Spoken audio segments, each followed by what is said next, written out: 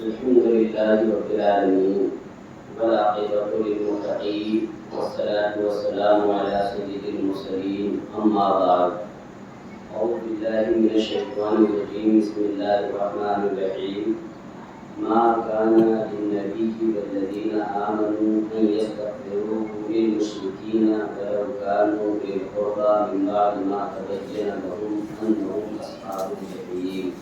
سبحان الله صدق الله العلي العظيم وبلغنا رسول النبي الكريم ونحن على ذلك من الشاهدين والشاكرين والحمد لله رب العالمين. جیسا کہ آپ تمام حضرات کو اچھی طرح معلوم ہے کہ یہ پروگرام جس میں ذکر اہل بیت علیہ السلام کیا جاتا ہے ہر رمضان ماہ کی 5 تاریخ کو منعقد ہوتا ہے. آج اس میں 3 عنوانات دیے گئے ہیں. ایک تو عرس ابو طالب کے تعلق سے عنوان ہے کہ عرفان ابو طالب علیہ السلام اور قرآن کریم، جس میں میں یہ عرض کرنے کی کوشش کروں گا کہ قرآن کریم میں کیا شان ابو طالب کا ذکر ہے. دوسرا پھر صلح امام حسن علیہ السلام اور پھر شہادت امام حسن علیہ السلام کو 28 صفر کو گزر گئی. اب کیونکہ موضوع بہت طویل ہے اور وقت بڑا قلیل ہے، کم ہے، اس لیے اکثر جو ہے یہ دیکھنا ہے کہ کہاں تک میں بات کو اپنی عرض کرتا ہوں.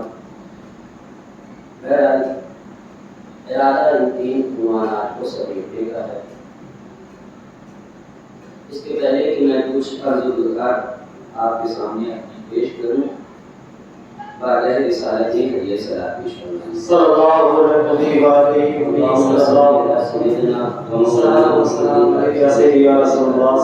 وسلم. قرآن کریم کی ایک آیت کریمہ پڑھنے کا شرف حاصل کیا ہے جو کہ سورہ توبہ کی آیت نمبر 113 ہے. اور تعالیٰ ارشاد فرما رہے ہیں. اس کا ترجمہ یہ ہے کہ آیت میں نے پڑھی اور اس کا ترجمہ یہ ہے کہ نبی اور ایمان والوں کو لائق نہیں کہ مشرکوں کی بخشش چاہیں اگرچہ وہ رشتہ دار ہوں جبکہ انہیں کھل چکا ہو کہ دوزخی ہو. یعنی جب کسی کا دوزخی ہونا واضح ہو جائے تو اب نبی اور مسلمانوں کے لیے اس کے بخشش کی دعا کرنا یہ چیز جائز نہیں. اس آیت کریمہ کے تعلق سے اسی آیت کو میں نے اس لیے سلیکٹ کیا کیونکہ آج چند ایک آیات ایسی ہیں جو بعض لوگ ابو طالب علیہ السلام کے کفر پر پیش کرتے ہیں. یہ بات جو میں عرض کر رہا ہوں یا کروں گا، میرا خطاب کوئی ضروری نہیں ہے کہ بہت لچک نچک والا کوئی ایک تقریری باتیں ہوں، بلکہ دراصل یہ عوام و خواص کے لیے ایک چھوٹی سی درس و تدریس کا ایک سسٹم ہے جس میں میں بھی کچھ سیکھتا ہوں.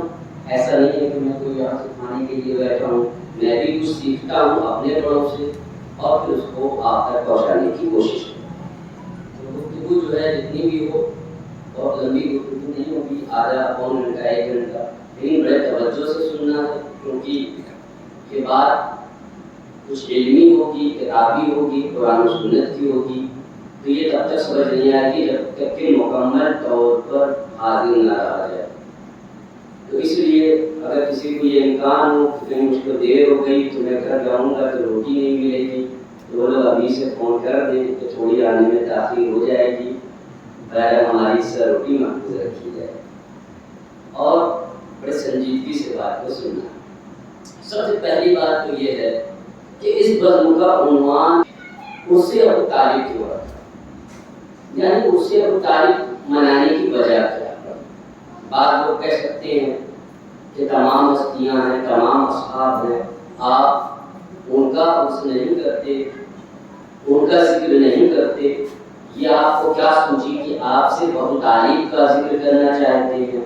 تو شاید آپ کسی فتنہ کو فروغ دینا چاہتے ہیں، شاید کوئی بات ایسی کرنا چاہتے ہیں کہ جن پر اختلاف ہے کہ لوگ ان کو ایمان والا بھی نہیں کہہ رہے، آپ ان کا ذکر کر رہے ہیں اور باقی لوگوں کو آپ نے کیوں چھوڑ دیا۔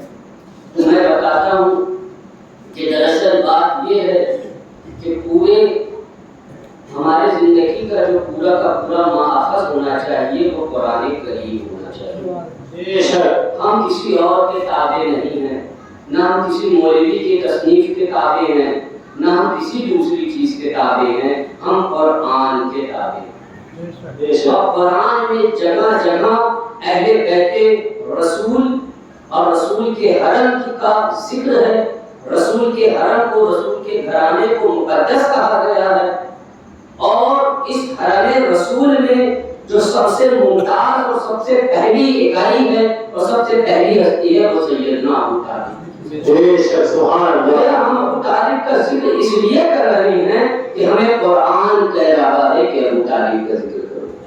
اگر کوئی اور کہتا، کوئی مولوی کہتا، کوئی پیر کہتا، کوئی بابا کہتا، میں کبھی ابو طالب کا ذکر نہ کرتا، مگر میں ابو طالب کا ذکر کرنے پر اس لیے مجبور ہوں کہ ابو طالب کا ذکر قرآن کہہ رہا ہے۔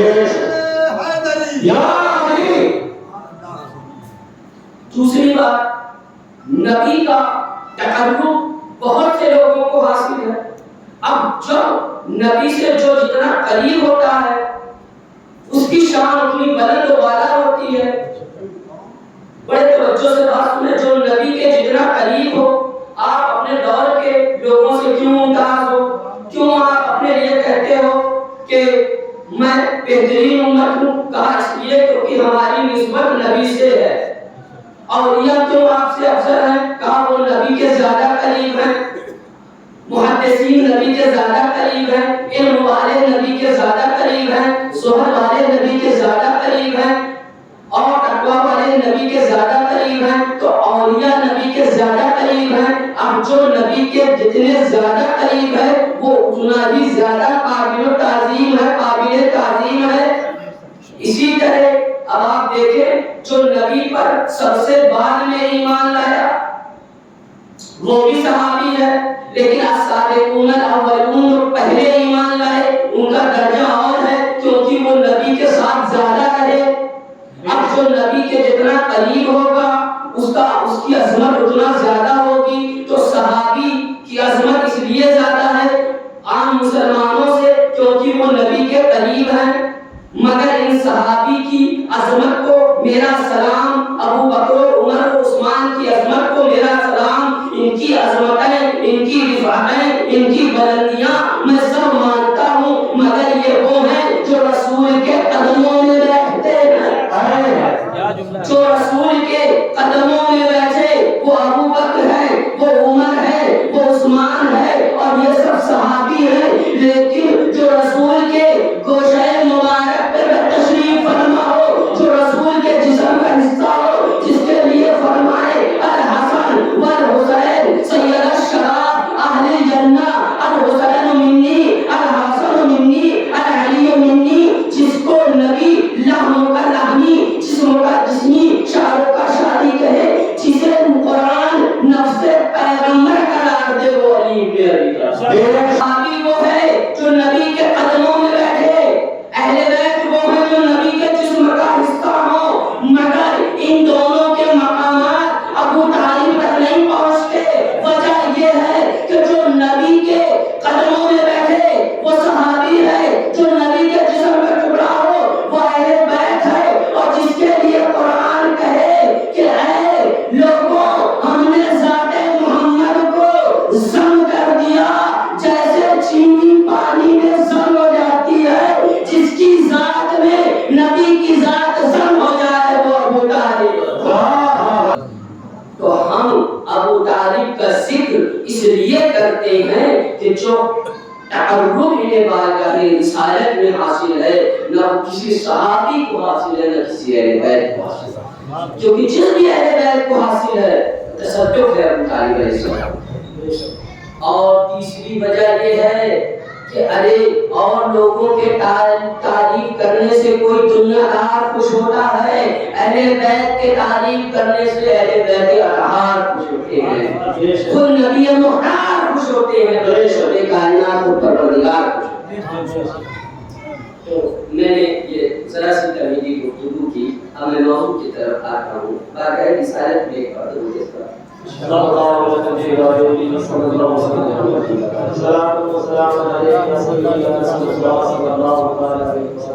اس کے پہلے کہ میں کچھ بات عرض کروں، ایک بات بڑی ضروری یہاں عرض کر کے تب اپنی بات کو آگے بڑھاتا ہوں کہ میں جو کچھ بھی ابھی عرض کرنے والا ہوں، جیسے کہ میں نے کہا یہ علمی باتیں ہیں، یہ ریسرچ ورک ہے جو قرآن کی آیات پر اور حدیث مبارکہ پر کیا جاتا ہے، صرف ایک لفاظی باتیں نہیں۔ میں کیا اور میری اوقات کیا، یہ میرا کوئی ریسرچ یا میری کوئی اپنی کوشش نہیں ہے اور نہ میں اس قابل ہوں، بلکہ میں اس ذات کا ذکر کر رہا ہوں جو کسی تعلق کا محتاج نہیں۔ آپ میں سے بعض لوگ جانتے بھی ہوں گے اور جو نہیں جانتے بہرحال وہ جان لے کہ یہ اس دور کے بہت بڑے محقق اور ایک بہت بڑے اسکالر جن کا نام ڈاکٹر صداقت علی فریدی مدد اللہ علی حفظ اللہ تعالیٰ من جنت الناس پاکستان کے رہنے والے، ان کا ایک بہت گریٹ اور بہت بڑا کام اس تعلق سے عرفانی تعلیم کے تعلق سے چل رہا ہے۔ بہت ساری کتابیں بھی آپ نے تحریر فرمائی جو کہ ہندوستان میں نایاب ملنا بڑی مشکل سے ملتی ہیں۔ احمد ناچیز سے ان کا تھوڑا رابطہ بھی ہے، فون پہ گفتگو بھی ہوتی ہے اور کچھ کتابیں بھی ان کی میرے پاس ہے۔ تو یہ سارا جو میں عرض کروں گا، یہ سارا مواد جو ہے یہ اسی کا محصول ہے، یعنی یہ اصل ریسرچ جو ہے یہ ان کا ہے۔ میری اوقات اور میری ہستی صرف یہ ہے کہ میں ایک مبلغ کی حیثیت سے اسے پہنچا رہا ہوں۔ میں کوئی علامہ شلامہ نہیں ہوں، میں کوئی خود کو بہت بڑا اسکالر بلکہ دین کا اسکالر کہنے کی بھی میری اوقات اور میری ہستی نہیں ہے۔ یہ جو کچھ لوگ اشتہار کے لیے محبین کچھ میرے لیے لکھ دیتے ہیں، بلکہ آج سے میرا ابھی میرے ذہن میں آ رہا تھا، دن میرے ذہن یہ خیال ہے کہ یہ بھی بات کروں گا کہ آج کے بعد سے میرے نام کے آگے صرف ایک ٹائٹل لکھا جائے، بس مبلغ مسلک ثقلین سید محمد علی۔ نہ کوئی علامہ لگائیے، نہ مولانا لگائیے، نہ کوئی پیر لگائیے، نہ پیر طریقہ، نہ رہبر شریعت۔ اگر آپ کبھی بھی میرا نام لکھیں تو کوئی دوسرا ٹائٹل نہ لگائیں، صرف ایک ٹائٹل لگائیں کہ مبلغ مسلک ثقلین، ٹھیک ہے؟ تو میرا کام ہے معمولی سی تبلیغ کرنا، تبلیغ تو کوئی بھی کر سکتا ہے، اس کے لیے کوئی بہت بڑا علامہ ہونے کی ضرورت نہیں ہے۔ تو بہرحال یہ پورا علمی کارنامہ ان کا ہے۔ تو میں یہ بات آپ کے سامنے عرض کر رہا ہوں۔ اس کے پہلے میں کچھ بات عرض کروں، میں آپ اور ہم سب بحمد تعالیٰ اہل سنت و جماعت سے ہیں، اور اہل سنت و جماعت سے ہیں تو ہمارے دل میں ایک خاص ادب ہے، ایک خاص تعظیم و رسپیکٹ ہے حضرت مولانا احمد رضا خان فاضل بریلوی۔ ایسا کوئی ہی سنی ہوگا شاید جو مولانا احمد رضا خان فاضل بریلوی سے مختلف ہے۔ جب بھی ان کے اشعار پڑھے جاتے ہیں میں اپنا ذاتی عمل میں کار میں خود شروع کرتا ہوں عشق سے لگے۔ تو حصول برکت کے لیے میرے ہاتھ میں ان کی ایک کتاب ہے جو نیا ایڈیشن تقریباً 20 جلدوں کا ہے، فتاوی رضویہ شریف۔ اسی کی جو ہے اس میں انہوں نے ایک رسالہ ہے، جیسا کہ میں نے کہا آپ اس پر بڑے غور اور سنجیدگی سے بات کریں گے، سمجھیں گے، کیونکہ میں اتنی بھی بات عرض کروں گا اس کا تعلق کیونکہ علمی نقطۂ نظر سے ہے، صرف جذباتی باتیں نہیں کہ ہو سکے تو آپ سے اپنا فون بھی سوئچ آف کر دیں تھوڑی دیر کی خاطر، اور کوئی بھی آئے تو آپ لوگ ان کو آنے دیں، جگہ دیں، لیکن ادھر ادھر اپنی توجہ کو بھٹکنے نہ دیں۔ ذرا دیر ذہن سے میری بات کو گوارا فرما لیں، ادھر ادھر کرنے سے آپ کو بھی ڈسٹرب ہوتا ہے، پھر میرے ذہن سے بھی مواد نہیں کر جاتے۔ تو میں نے حصول برکت کے لیے بتایا کہ فتاوی رضویہ شریف کا میں نے آپ کو سامنے ذکر کیا. اس کا ذکر کس وجہ سے کیا یہ بھی میں عرض کرتا ہوں. میں نے بتایا کہ ہمارے بزرگ شخصیت ہیں, ہمارے لیے قابل احترام ہیں اور قابل عزت ہیں. مولانا احمد رضا خان قابل کرمی رحمۃ اللہ تعالیٰ علیہ. لیکن جب بات علم کی آتی ہے تو ہر علم والے کو حق ہے کہ علمی بنیاد پر اپنے بزرگوں سے اختلاف کر سکتے ہیں. تو میں نے جیسے بتایا یہ میرا کوئی ریسرچ یا میرا کوئی اپنا ذاتی کام نہیں, یہ سارا کام علامہ ڈاکٹر فریدی صاحب کا ہے. تو اس کتاب کا میں نے اس لیے ذکر کیا کہ اس کتاب میں حضرت سے سوال پوچھا جس سے حضرت مولانا احمد رضا خان قابل کرمی پوچھا گیا کہ ابو طالب کے بارے میں آپ کیا کہتے ہیں. میں کیوں اس کی کتاب کو پیش کر رہا ہوں, اس لیے پیش کر رہا ہوں کہ کہیں ایسا نہ ہو کہ کسی کے ذہن میں یہ سوال آئے کہ حضرت اتنا بڑا بڑا اس کر رہے ہیں, شاید انہوں نے فتویٰ رضویہ پڑھا ہی نہیں, ہو سکتا ہے اگلے دن فتویٰ رضویہ میرے پاس لے کے چلا آئے کہ حضرت اس کو پڑھ لیتے. تو میں پہلے بتا دوں کہ میں نے اس کو پڑھا ہے اور اچھے سے پڑھا. یہ فتویٰ رضویہ میرے پاس ہے, یہ اس میں انہوں نے ایک رسالہ قائم کیا. سوال پوچھا کہ ابو طالب ایمان والے ہیں یا کافر ہیں. تو جناب نے حضرت ابو طالب کے کفر پر باقاعدہ ایک رسالہ تحریر کیا اور اس رسالہ کو کافی لمبے صفحات میں لکھا. تقریباً یہ میرے پاس جو جلد ہے اس وقت رنگین والی فتاوی رضویہ کی, پیج نمبر یہ 18ویں جلد کا پیج نمبر 415 سے لے کر پھر آگے یہ جا کر کے آپ کا پیج نمبر 406 پر. اس میں انہوں نے 9 فصلیں قائم کی. یہ میں تمہید اس لیے بتا رہا ہوں تاکہ بات آگے سمجھ سکے. 9 فصل میں پہلی جو فصل قائم کی وہ قرآن کی آیات پیش کری جس سے انہوں نے حضرت ابو طالب کا کفر ثابت کیا. دوسری جو فصل قائم کی اس سے وہ حدیث پیش کری جس سے جو ہے ان کا کفر ثابت کیا. پھر تیسری, چوتھی, 5ویں فصل قائم کرتے کرتے آخر میں ایک فصل قائم کری جس میں انہوں نے تمام کتابوں کے نام اور بزرگوں کے نام دیے جو انہوں نے اپنی کتاب میں لکھی. تو اب پورا رسالہ نہ تو میں پڑھ کر کے سنا سکتا ہوں اتنے کم وقت میں, اور نہ ایک ہی وقت میں اس پر گفتگو ہو سکتی. یہ پروگرام ہمارا 5 کا یہ ہر مہینہ جاری و ساری رہے گا, تھوڑے تھوڑے حصے پر ہر بار گفتگو ہوگی. آج اسی رسالے کی پہلی فصل کی پہلی آیت, ایک آیت پر ان پر تھوڑی سی بات ہوگی اور ایک آیت حدیث پاک پر بات. لیکن ان سب سے پہلے میں آپ کو اسی کتاب سے صرف تبرک کے طور پر ایک پیراگراف سنوں. کیا کروں گا؟ ایک پیراگراف. مگر آپ سنیں یہ کس کا ہے؟ جواب کس کا ہے؟ فاضل بریلوی جنہوں نے کہا تھا تیری نسل پاک میں ہے بچہ بچہ نور کا, اے نور تیرا سرگرانہ. تو وہ اس سوال کے جواب میں کیا فرماتے ہیں ایک پیراگراف سے سنیے. باقی گفتگو جو ہے ان کی طویل ہے, اس پر انشاءاللہ طرح کر کے بات. یہ فرماتے ہیں کہ اس میں شک نہیں, میں سامنے کتاب دیکھ کر کے پڑھا کیا فرماتے ہیں, اس میں شک نہیں کہ ابو طالب تمام عمر حضور سید المرسلین سید الاولین والآخرین سید الابرار الی یوم القرار کی حفظ و حمایت اور کفایت و نصرت میں مصروف رہے.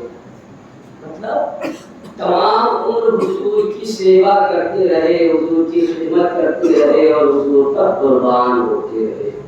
اور کیا فرماتے ہیں, اپنی اولاد سے زیادہ حضور کو عزیز رکھا. کیا فرماتے ہیں, اپنی اولاد سے زیادہ. اب یہی تو ہمارا مقدمہ ہے, آپ کو آگے کچھ پڑھنے کی ضرورت ہی نہیں رہے گی. رسول نے فرمایا تھا کہ تم تب تک مومن نہیں ہو سکتے جب تک کہ میری محبت تمام اولاد, ازواج, والدین پہ غالب نہ آ جائے. خود فرماتے ہیں کہ اپنی اولاد سے زیادہ رسول کو محبوب رکھا اور اس وقت میں ساتھ دیا. ابھی آگے جملہ سنیں کہ ایک آدم حضور کا دشمن جان ہو گیا تھا. جو آج بڑے بڑے حضرت کہاتے ہیں وہ سب رسول کے جان کے دشمن تھے, مگر ابو طالب ایسا تھا جو رسول کے ساتھ کھڑا تھا اور حضور کی محبت میں اپنے تمام عزیزوں قریبوں سے مخالفت گوارا کی. بتاؤ کون کس کے لیے لڑتا ہے؟ انسان جس سے محبت کرتا ہے اس کے لیے لڑتا ہے. سب کو چھوڑ دینا قبول کیا, کوئی دقیقہ غمگساری اور جانثاری کا نہ چھوڑا اور یقیناً جانتے تھے. اب اس جملے پر توجہ, کیا فرماتے ہیں حضرت فاضل بریلوی کہ جانتے تھے حضور افضل المرسلین اللہ کے سچے رسول ہیں. اب بتائیں آگے کوئی بات بچی؟ ان پر ایمان لانے میں جنت ابدی اور تکذیب میں جہنم دائمی ہے. خود اقرار کر رہے ہیں کہ وہ جانتے تھے کہ رسول کا کلمہ پڑھیں گے تو جنت ملے گی, نہ پڑھیں گے تو دوزخ ملے گی. احمد رضا خان فاضل بریلوی فرماتے ہیں کہ ابو طالب یہ بات جانتے تھے. اور کیا فرماتے ہیں؟ بنو ہاشم کو مرتے وقت وصیت کی کہ محمد کی تصدیق کرو صلی اللہ علیہ وسلم, تصدیق کرو کامیاب ہو جاؤ گے, فلاح پاؤ گے. ناز شریف میں قصائد ان کے منقول, بتاؤ ایسا کافر کہاں پاؤ گے جو رسول کی محبت میں بھی نکل رہا ہو, رسول پہ قربان بھی ہو رہا ہو, پھر بھی کافر ہو. اور ان کی براہ راست وہ امور ذکر کیے کہ اس وقت تک واقع نہ ہوئے تھے. مطلب سمجھے, جب رسول کوئی معجزہ دکھائیں ابو بکر تب دیکھیں جب رسول دکھائیں, عمر تب دیکھیں جب رسول دکھائیں, عثمان تب دیکھیں جب رسول دکھائیں, طلحہ و زبیر تب دیکھیں جب رسول دکھائیں. فاضل بریلوی کہتے ہیں ابو طالب اس وقت دیکھتا تھا جب رسول ماں کے گود میں تھے, ابھی رسول نے معجزہ دکھایا نہیں, ابو طالب دیکھ رہے. اور ان میں برائے فراست فرماتے ہیں, ایک شاعر نے کہا کہ مومن کی فراست والی نظر سے ڈرو. اور فرماتے ہیں فاضل بریلوی کہ براہ فراست ان کی فراست کا وہ عالم تھا کہ جب معجزات نبی سے صادر نہیں ہوئے تھے, بعد بیشت شریف ان کا ظہور ہوا, یہ اس وقت دیکھ رہے تھے. فرمایا یہ سب احوال مطالعہ احادیث و مراجع کتب و سیر سے ظاہر ایک شعر ان کے قصیدے کا صحیح بخاری شریف ہے. تو کہنے کا مقصد یہ ہے کہ میں نے تبرک کے طور پر فتاوی رضویہ شریف کا ایک پیراگراف پیش کیا جس میں وہ یہ بتانے کی کوشش کر رہے ہیں کہ حضرت ابو طالب علیہ السلام ایمان نہیں لائے تھے. اس جو مضمون ہے کہ ایمان نہ لانے والا, اس کا میں نے پیراگراف سوچے. جب ایمان نہ لانے والا پیراگراف ایسا ہے, کبھی جب ایمان لانے والی باتیں کھلیں گی تو ایسا ہوگا. تو یہ میں نے بات کہا. اب میں اپنی بات کی طرف آتا ہوں. سب سے پہلے اس حدیث, اس آیت پاک کا جو میں نے ابھی پیش کیا ہے, اس کا میں ذکر کروں کہ اس آیت پاک میں یہ بتایا گیا کہ نبی اور ایمان والوں کے لیے جائز نہیں ہے کہ وہ کسی ایسے کے لیے دعائے مغفرت کریں جو ایمان نہیں لایا. اس آیت پاک کا ذکر کیوں کر رہا ہوں, میں اس کا پس منظر بھی آپ کو بتا دوں. کیونکہ میری بات جو ہے جب ہم بچپن میں کرکٹ کھیلتے تھے, آپ کو کبھی موقع ہی نہیں ملتا, تو ہم ایک وقت میں دونوں ٹیم میں رہا کرتے تھے, بیٹنگ بھی کرتے تھے, بالنگ بھی کرتے تھے. تو وہی عادت ہماری آتی ہے, ہم اعتراض کو سناتے ہیں پورا, اس کا جواب بھی سناتے ہیں. تو دراصل جس تعلق سے میں نے یہ بات عرض کی, بڑے غور سے اور بڑے توجہ سے بات سناتے ہیں. یہ ہمارے ہاتھ میں کتاب ہے مسلم شریف, اس کتاب کا نام ہے.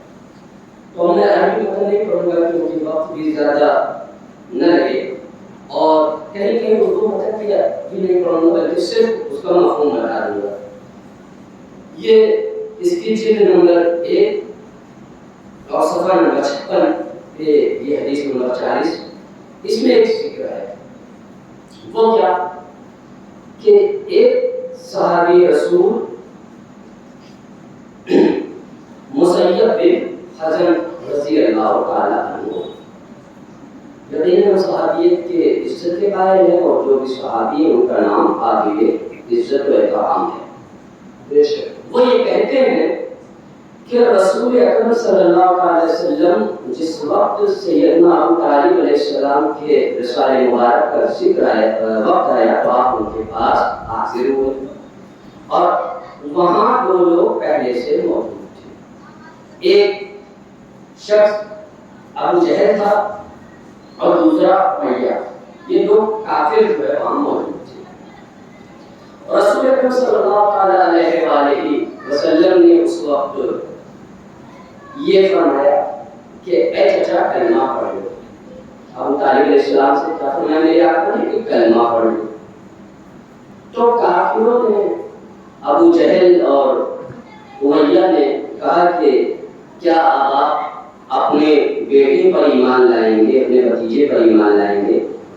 تو یہ صاحب کتاب اور یہ راوی کہتا ہے کہ اس وقت ابو طالب نے جواب دیا کہ میں اپنے باپ عبد المطلب کے ملت پر دوں.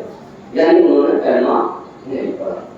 رسول اکرم صلی اللہ علیہ وسلم نے فرمایا کہ اگر تم کلمہ نہیں پڑھے اور بغیر کلمہ پڑھے دنیا سے جا رہے ہو تو میں تمہارے لیے دعائیں مغفرت کروں. اس پر یہ آیت کریمہ نازل ہوئی کہ نبی اور ایمان والوں کے لیے جائز نہیں کہ مشرکین کے لیے بخشش کرے. اور ایک آیت ساتھی اور نازل ہوئی، وہ سورۃ القصص کی آیت نمبر 56 ہے کہ انک لا تهدی من احببت ولکن اللہ یہدی من یشاء وهو اعلم بالمهتدین. فرمایا کہ نبی اور ایمان والوں کے لیے یہ جائز نہیں. پہلی ہے اور دوسری آیت یہ نازل ہوئی کہ بے شک آپ اس کو ہدایت نہیں دے سکتے جسے چاہیں، بلکہ اللہ جسے چاہتا ہے اسے ہدایت دیتا ہے اور وہ گمراہ کو وہ اچھی طرح جانتا ہے. تو حضرت سعید بن مسیب نے اپنے والد سے روایت کیا، یعنی مسیب بن حزن سے، کہ میرے ابا نے یہ بات ان کو بتائی اور یہ دونوں آیت پیش کی کہ اس آیت پر یہ دونوں حدیثیں سنائی تھی. یہ اس آیت کے حدیث میں پیوند ہے، گویا یہ ایمان والے ہیں. میرے بڑے ہی پیارے احباب میں سے دوست میں سے مفتی صاحب ہیں، مجھے ان سے بڑی محبت ہے. آوازیں چاروں طرف جا رہی سب ان کے بھی کان لیے جائے. مجھ سے واقعی میں ان سے محبت ہے، لیکن باتیں بہرحال حق اپنی جگہ. وہ جب آئے تو انہوں نے اشتہار دیکھا تو اگلے دن اسے ابو طالب کا دیکھ کر مجھ کو یہ حدیث دیکھی کہ شاید حضرت نے یہ حدیث نہ پڑھی ہو، کر کے یہ حدیث مجھے بھیجا کہ آپ ذرا اس حدیث پہ نظر کر لیں. حدیث میں لکھا ہے کہ یہ ایمان لانے. میں نے کہا الحمد للہ آپ نے یہ حدیث بھیجا ہے، اسی حدیث کا تو اپنی بات پوسٹ مارٹم کرنا. اور جیسا کہ میں نے بتایا کہ کسی کو غلط گمانی نہ ہو کہ میں کوئی بڑا جملہ بول رہا ہوں، یہ میرا کوئی کام نہیں. میں بار بار کہہ رہا ہوں یہ علامہ ڈاکٹر صداقت علی فریدی حافظ اللہ تعالیٰ نے جنت الناس اللہ دنیا کے ہر شخص سے ان کی حفاظت فرمائے اور ان کو ایک طویل حیات ایمان سلامتی کے ساتھ اور عافیت کے ساتھ عطا فرمائے. ان کا بہت ہی زبردست موقع پر کام چل رہا ہے تو ان کے اوپر کو میں پیش یہ ساری باتیں میں نے تمہیداً عرض کی کہ بات آپ کے سمجھ میں آ جائے. چنانچہ یہ میں نے بخاری شریف یہ مسلم شریف کی حدیث پیش کی. تو اب یہ شیڈول آپ سمجھ میں جب جب اسے ابو طالب علیہ السلام کا پروگرام رکھا جائے گا تو کوئی نہ کوئی ایک حدیث اور آیات کا جائزہ لے کر کے اور تعالیٰ ذکر شریف کا ایک پارٹ لے کر کے اس پر بحث کی جائے گی. ابھی تک تبلیغ شروع نہیں ہوئی، ذرا سا میں نے پسند نظر آپ کو. اب اس پر جو فرماتے ہیں علامہ ڈاکٹر صداقت علی فریدی اور ان کا ریسرچ جو ہے وہ قابل غور ہے. سب سے پہلی بات تو آپ یہ دیکھیں گواہی کیا ہوتی ہے. بڑے غور سے بات سن رہے ہیں. گواہی کیا دیکھیں دو طرح کی چیز ہوتی ہے دنیا میں. ایک مبصر محسوسات، وہ چیزیں جو ہمیں نظر آ رہی ہیں، جیسے یہ کتاب ہمیں بھی نظر آ رہی ہے، آپ کو بھی نظر آ رہی ہے. ٹھیک، آپ ان کو نظر آ رہے ہیں، ہم آپ کو نظر آ رہے ہیں. تو ہم سب کیا مبصر محسوس ہیں، محسوس بھی ہو رہے ہیں. بھائی بغل والا محسوس ہو رہا ہے، نظر نہیں آ رہا. ہم محسوس ہو رہے ہیں، کتابیں محسوس ہو رہی نظر آ رہی۔ اب اگر کوئی کہے فرشتے، تو فرشتے نہ نظر آتے ہیں نہ محسوس ہوتے ہیں۔ اسی بزم میں کچھ فرشتے بھی آئے ہوں گے رحمت کے، ہمارے کانوں پر فرشتے بھی بیٹھے ہیں، لیکن نہ ہمیں نظر آتے ہیں نہ کبھی ہمارا کانڈا اتنا بھاری ہو جاتا ہے کہ فرشتوں کے بوجھ سے بھاری ہو جاتا ہے۔ تو جو چیز مبصرے محسوسات میں سے ہوتا ہے، یعنی نظر بھی آتا ہے محسوس ہوتا ہے، اس کی گواہی کا ایک فائدہ ہوتا ہے، اور جو چیز غیر مبصرے محسوسات میں سے یعنی نہ نظر آئے نہ محسوس ہو، اس کی گواہی کا دوسرا فائدہ ہوتا ہے۔ تو جو چیز نظر بھی آئے محسوس بھی ہو، اس کی گواہی کا دوسرا طریقہ ہوتا ہے، وہ کیا ہے؟ اب میں دونوں آپ کو بتاتا ہوں۔ جو چیزیں نظر آ رہی ہیں، توجہ ادھر رکھیے، جو چیزیں نظر آ رہی ہیں، مجھے بار بار کہنے میں بڑا خراب ہے کہ مجھے اپنی بات کہنے کا موقع نہیں۔ جو چیز نظر آ رہی ہے اور محسوس ہو رہی ہے، اس کی گواہی کا طریقہ یہ ہے کہ گواہ خود موجود ہو، گواہ خود موجود ہو۔ اگر یہ نہیں ہے، پہلے درجے کی گواہی یہ ہے کہ گواہ خود موجود ہو۔ دوسرا درجہ یہ ہے کہ اگر خود موجود نہ ہو تو کم از کم اسے ایسے سچے انسان نے بتایا ہو جو موجود تھا۔ اب مثال کے طور پر آپ میں سے کوئی جا کے کہے کہ ڈاکٹر صاحب نے فلاں فلاں بات بیان کی، تو آپ کو حق ہے کہ آپ یہاں موجود ہیں۔ یا آپ نے کسی سے کہا، میرا گمان یہ ہے، کچھ گمانی کہ آپ سب سچے ہیں نا سچے؟ اچھا کتنے لوگ سچے ہیں ذرا ہاتھ اٹھائیے، جو جھوٹے ہیں وہ ہاتھ نیچے کریں، سچے والے سب اٹھا دیں، اور جو دونوں سچے ہیں وہ دونوں ہاتھ اٹھا دیں۔ ماشاءاللہ ہم سچوں کی جماعت، اور میرے ہاتھ ہیں۔ تو جو اگر آپ سچے ہیں تو اب آپ کسی سے بتا دیں تو بھی اس کو بھی گواہی دینے کا حق ہے۔ لیکن جو چیزیں نظر نہیں آتی، جنت کی گواہی، دوزخ کی گواہی، یہ کیسے دیا جائے؟ تو کہا یہ نظر نہیں آتی، اس لیے جو خالق کائنات ہے جس نے بنایا ہے وہ کوئی سچا نبی بھیج دے، جھوٹا والا کذاب جسے شیطان بھیجتا ہے وہ نہیں، جسے رحمان بھیج دے، وہ جو کہہ دے وہ مان لیا جائے۔ تو پتہ چلا جو چیزیں نظر آ رہی ہیں، محسوس ہو رہی ہیں، اس میں عینی شاہد، عین آنکھوں دیکھا ورنن، آئی سائٹ دیکھنا ضروری ہے۔ تو اب اس روایت پر جو ایک یہ بتائیں، یہ واقعہ کیا ہے آپ بتائیں؟ یہ مبصرے محسوسات میں سے ہے جسے دیکھا جا سکتا ہے، کیونکہ ابو طالب بھی نظر آ رہا ہے، رسول بھی نظر آ رہا ہے، ابو جہل بھی نظر آ رہا ہے، کلمہ پڑھنا بھی سنائی دے رہا ہے، نہ پڑھنا بھی سنائی دے رہا ہے۔ گویا یہ مبصرے محسوسات میں سے جو دکھائی دے محسوس بھی ہو۔ اب یہ جنت و دوزخ کی بات نہیں ہے، اگر جنت و دوزخ کی بات ہوتی تو روایت دوسری چلتی۔ گواہی کا طریقہ کیا مانا جائے گا کہ دیکھنے والا کہہ دے۔ اب یہ دیکھنا ہوگا کہ کیا جو یہ روایت پیش کر رہے ہیں مسلم شریف کی، کیا وہ موجود ہیں؟ تو کتابوں میں ملتا ہے، یہ ان کا ریسرچ ہے، علامہ ڈاکٹر فریدی صاحب کو فرماتے ہیں کہ یہ بندہ خود وصال ابو طالب کے 12 سال بعد دامن اسلام یعنی جو شرعی حقدار ہی نہیں ہے کہ وہ حدیث بیان کرتا، نہ تم ابو طالب کو دیکھتے ہو، نہ تم نے ابو طالب کا زمانہ پایا، نہ تم اس مجلس میں موجود تھے، بتاؤ تم نے کیسے بیان کیا؟ صرف دو طریقہ تھا، یا تو تم موجود ہوتے اور یا کسی نے تم کو بتایا ہوتا، مگر حق یہ ہے کہ تم خود بھی موجود نہیں ہو اور تمہیں کسی نے بتایا بھی۔ تو اس کا مطلب عدالت سے یہ مقدمہ جو ہے یہ بحث سے بھی خارج ہے کہ ابو طالب ایمان والے نہیں تھے۔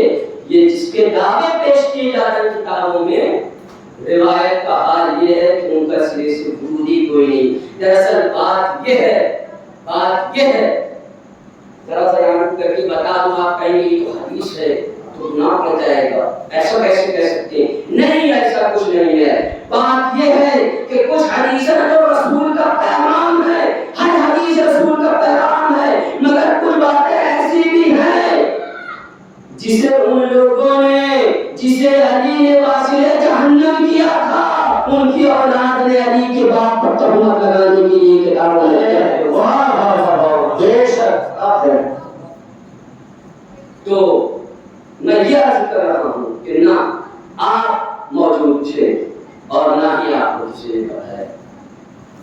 اس کا ثبوت کیا ہے؟ خود حدیث کے الفاظ ثبوت ہے. وہ یہ نہیں کہتے کہ میں موجود تھا، نہ انہوں نے یہ کہا کہ مجھ سے سرور انبیاء نے کہا. حدیث میں یہ ہوتا ہے کہ مجھ سے آقا علیہ السلام نے کہا، مگر وہ یہ نہیں کہہ رہے. وہ کہہ رہے بس ابو طالب نے کلمہ نہیں پڑھا، فلاں فلاں آیت ان کے شامل.